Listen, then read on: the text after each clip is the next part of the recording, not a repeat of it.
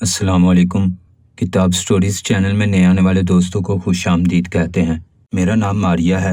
میری منگنی بچپن میں ہی میری پھوپھی کے بیٹے سے طے ہو گئی تھی۔ دادا دادی کے انتقال کے بعد گھر کی ساری ذمہ داری میرے والد صاحب پر آن پڑی تھی۔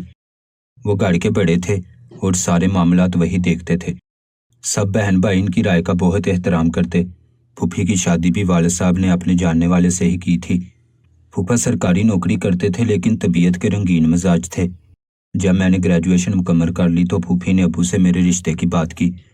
ابو بھی اب یہی چاہتے تھے کہ جلد از جلد میری شادی کر دی جائے تاکہ وہ اپنا فرض پورا کر سکیں۔ پھوپھی کا بیٹا سلمان ایک پرائیویٹ اسکول میں پڑھاتا تھا۔ پھوپھی چاہتی تھی کہ شادی کے بعد میں اور سلمان مل کر اپنا اسکول کھول لیں، کیونکہ وہ خود بھی ایک اسکول ٹیچر تھیں۔ یہی وجہ تھی کہ ان کی دیرینہ خواہش تھی کہ اب ہمارا اپنا اسکول ہونا چاہیے۔ ابو کو بھی اس بات پر کوئی اعتراض نہ تھا۔ دن تاریخ طے کر دیے گئے اور میں دلہن بن کر پھوپھی کے گھر آ گئی۔ سلمان میرا کزن تھا۔ بچپن سے ہماری اچھی دوستی بھی تھی۔ شادی کے بعد وہ ایک اچھا شوہر بھی ثابت ہوا۔ اس نے ہر طرح سے میرا خیال رکھا۔ سلمان والدین کی اکلوتی اولاد تھی۔ یہی وجہ تھی کہ وہ ان کا بہت لاڈلا تھا۔ اپنے لاڈلے بیٹے کی دلہن کو بھی انہوں نے سر آنکھوں پر بٹھا کر رکھا تھا۔ ویسے بھی والد صاحب نے جہیز دینے میں کوئی کمی نہ چھوڑی تھی۔ شادی کے کچھ ماہ بعد میں نے ابو سے کہا کہ سلمان اپنا اسکول بنانا چاہتا ہے۔ انہوں نے کچھ پیسے جمع کر رکھے تھے، لیکن میں چاہتی ہوں کہ میں بھی اس میں اپنا حصہ ڈال دوں۔ ابو نے پہلے کی طرح ایک بار پھر کھلے دل کا مظاہرہ کیا اور سلمان کو ایک اچھا سا اسکول بنا دیا۔ وقت گزرتا گیا اور ہم اپنے اسکول میں مگن ہو گئے۔ ایک سال ایسے ہی گزر گیا اور ہمارا اسکول اچھا خاصا چلنے لگ گیا۔ ایک سال کے بعد پھوپھا ریٹائر ہو کر گھر بیٹھ گئے۔ اب گھر میں ان کو وقت گزارنا مشکل لگتا تھا، کیونکہ پھوپھی سرکاری اسکول میں ملازم تھی۔ صبح جاتی اور شام کو لوٹتی۔ جب پھوپھا گھر بیٹھ بیٹھ کر اکتا گئے، پھوپھو نے سلمان سے کہا کہ ان کو بھی اپنے ساتھ اسکول لے جایا کرو، ان کا بھی وقت گزر جایا کرے گا۔ یوں پھوپھا بھی اسکول میں ڈیوٹی دینے لگے۔ جب پھوپھا نے اسکول میں ٹائم دینا شروع کیا تو ان کے بھی چال ڈال میں کافی تبدیلی آ گئی، کیونکہ اسکول میں نوجوان لڑکیاں پڑھاتی تھیں۔ اب پھوپھا جی صبح پینٹ شرٹ پہن کر تیار ہوتے اور جا کر آفس میں بیٹھ جاتے۔ جیسے جیسے وقت گزرتا رہا، پھوپھا کا اسکول میں انٹرسٹ بھی بڑھتا چلا گیا۔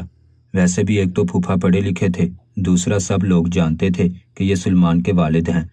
اس وجہ سے سب لوگ ان کی رسپیکٹ کرتے۔ آہستہ آہستہ پھوپھا نے سلمان کو مشورہ دیا کہ تم شام کے ٹائم میں اکیڈمی بھی شروع کر لو، میں شام کو اکیڈمی میں بیٹھ جایا کروں گا۔ یوں سلمان نے شام کے ٹائم اکیڈمی کلاسز بھی سٹارٹ کر دی۔ پھوپھی بھی اب بہت خوش تھی، کیونکہ پھوپھی کے پاس اب کافی پیسے جمع ہو رہے تھے۔ وہ چاہتی تھی کہ ایک بار حرم شریف کی زیارت کر لیں۔ جیسے جیسے پھوپھی کے پاس پیسے جمع ہوتے گئے، پھوپھی نے سلمان سے کہا کہ اب ہم حج کرنا چاہتے ہیں۔ جب پھوپھا جی کو اس بات کا پتہ چلا تو کہنے لگے ابھی ذرا ٹھہر جاؤ، جلدی کس بات کی ہے، ابھی تھوڑا کام اور بیسٹ ہو لینے دو۔ پھوپھی یہ سن کر خاموش ہو گئی۔ اسکول ہمارے گھر سے زیادہ دور نہ تھا، ہم لوگ پیدل بآسانی چلے جاتے۔ ایک دن اسکول کی چھٹی کے بعد میں گھر جانے کی تیاری کر رہی تھی۔ سب بچے چھٹی کر کے جا چکے تھے۔ آفس سے نکلی تو میری نظر ایک کلاس روم کے دروازے پر پڑی، جس کا دروازہ تھوڑا سا کھلا ہوا تھا۔ میں نے پاس جا کر اندر جھانکا تو میری جان نکل گئی۔ میرے سسر ایک ٹیچر کے ساتھ گندی حرکات میں مصروف تھے۔ میں فوراً پیچھے ہٹ گئی۔ واپس آ کر میرا دماغ پوری طرح معاف ہو چکا تھا۔ میں جو دیکھ کر آئی تھی، مجھ کو میری آنکھوں پر یقین نہیں ہو رہا تھا کہ سسر صاحب اس عمر میں بھی ایسی حرکات کر سکتے ہیں۔ سوچتی رہی کہ سلمان کو کیسے یہ سب بتاؤں جو میں دیکھ چکی تھی۔ کچھ دن ایسے ہی گزر گئے، میں نے کسی سے کچھ نہ کہا۔ ایک دن میں نے اس میڈم کو اپنے پاس بلایا۔ میں نے غور سے اس کا مشاہدہ کیا۔ مجھے اندازہ ہوا کہ لڑکی خوبصورت بھی ہے اور ہوشیار بھی ہے، تاہم میں نے اس پر کچھ بھی ظاہر نہ کیا۔ کچھ دیر ادھر ادھر کی باتیں کرنے کے بعد میں نے اس سے پوچھا کہ تمہارا شوہر کیا کرتا ہے؟ میں جانتی تھی کہ وہ شادی شدہ ہے۔ بتانے لگی کہ شادی ہونے کے بعد کچھ سال اس کو اولاد نہ ہوئی، ساس اس کو بانجھ ہونے کا طعنہ دینے لگی۔ ایک روز اس نے مجھے گھر سے نکال دیا۔ شوہر پہلے ہی نشہ کرتا تھا، اس کی گھر میں کوئی اہمیت نہ تھی۔ 1.5 سال سے میں اپنے ماں باپ کے گھر رہتی ہوں۔ میں نے دل میں سوچا تھا کہ اس کو اگلے دن اسکول سے فارغ کر دوں گی، لیکن اس کے حالات سن کر مجھے دکھ ہوا۔ میرا دل نہ کیا کہ ابھی میں اس کو اسکول سے فارغ کروں۔ دن گزرتے گئے اور اب میں نے محسوس کیا کہ سسر جی اور میڈم دیر تک اسکول میں رک جاتے ہیں۔ میں جانتی تھی کہ اسکول کے بعد رکنے کا کیا مطلب ہو سکتا ہے۔ ایک دن اللہ کی کرنی کہ میری ساس نے اپنے اسکول واپسی پر اسکول وزٹ کرنے کا سوچا۔ میں گھر آ چکی تھی، لیکن بعد میں پتہ چلا کہ میری ساس نے سسر کو اس میڈم کے ساتھ رنگے ہاتھوں پکڑ لیا۔ مجھے تب پتہ چلا جب میں نے گھر آ کر ان دونوں کو جھگڑتے ہوئے دیکھا۔ ساس دیر تک سسر کو باتیں سناتی رہی اور سسر صاحب چپ چاپ سب سنتے رہے۔ میں اپنے کمرے میں بیٹھی یہ سب تماشا دیکھ رہی تھی۔ میں نے شکر ادا کیا کہ ساس کو خود ہی پتہ چل گیا اور مجھے بتانا بھی نہ پڑا، اور نہ شاید کوئی میری بات پر یقین کرتا۔ جب سلمان گھر آیا تو اس کی ماں نے ساری بات سلمان کو بتا دی۔ اگلے دن سلمان نے اس میڈم کو اسکول سے فارغ کر دیا۔ کچھ ماہ ایسے ہی گزر گئے۔ ساس کی ریٹائرمنٹ بھی قریب تھی۔ جب ساس سرکاری اسکول سے ریٹائر ہوئی تو انہوں نے سلمان سے کہا کہ میں اب عمرہ کرنے جانا چاہتی ہوں، زندگی کا کوئی بھروسہ نہیں۔ جب سسر صاحب سے بات کی تو کہنے لگے میری تو اب طبیعت ٹھیک نہیں رہتی، تم ایسا کرو کہ سلمان کے ساتھ چلی جاؤ۔ ساس جانتی تھی کہ اس شخص نے نہ خود جانا ہے اور نہ مجھے جانے دے گا۔ ساس نے سلمان سے کہا کہ تم میرے ساتھ چلو۔ یوں ساس اور سلمان عمرے پہ چلے گئے۔ اب سسر صاحب نے بھی سوچا کہ کچھ دن آزادی سے سانس لی جائے۔ اب وہ پھر پہلے کی طرح تیار ہو کر سکول جانے لگے۔ میں اور سسر صاحب گھر میں اکیلے رہتے تھے۔ ان کا رویہ میرے ساتھ بہت اچھا تھا، میرے ساتھ شفقت سے پیش آتے اور ہر طرح سے میرا خیال رکھتے۔ یہی وجہ تھی کہ میں ان کی دل سے عزت کرتی تھی۔ دن گزرتے گئے اور ساس اور سلمان خیر خیریت سے عمرہ کر کے واپس آ گئے۔ کچھ دن ساس نے گھر پر آرام کیا اور پھر میرے ساتھ سکول میں ڈیوٹی دینے لگیں۔ اب وہ بھی میرے ساتھ روزانہ سکول جا کر بیٹھ جاتی، سارے معاملات کو دیکھتیں۔ سسر صاحب بھی اب محتاط سے رہنے لگے۔ اس دوران میں امید سے ہو گئی۔ ساس نے کہا کہ تم اب سکول نہ جایا کرو، گھر پر آرام کرو۔ میں نے بھی یہی بہتر جانا اور گھر کے کاموں میں مصروف ہو گئی۔ کچھ ماہ ایسے ہی گزر گئے اور میں نے ایک بیٹے کو جنم دیا۔ گھر میں سب لوگ بہت خوش تھے۔ ہمارا گھر اب خوشیوں کا گہوارہ بن گیا تھا۔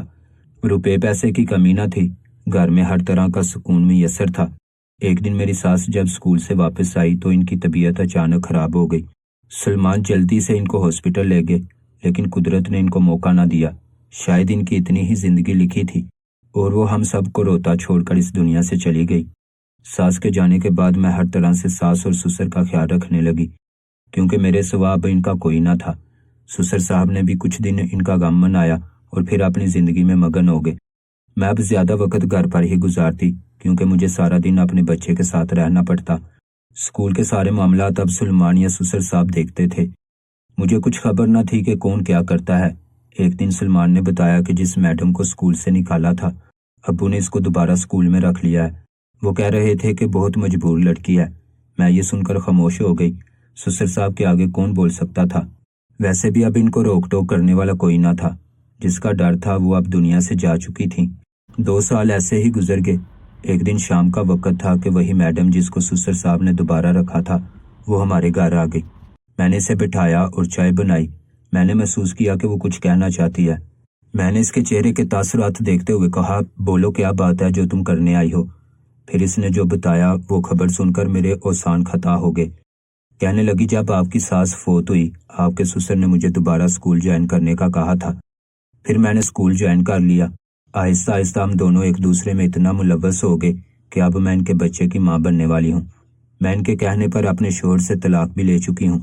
آپ پلیز میری مدد کریں، مجھے بدنامی کے گڑھے میں گرنے سے بچا لیں۔ میں نے کہا کہ جب پہلی بار میں نے تم کو اپنے سسر کے ساتھ نازیبا حرکت کرتے دیکھا تھا، مجھے تب ہی اندازہ ہو گیا تھا کہ یہ معاملہ اتنا سیدھا نہیں ہے۔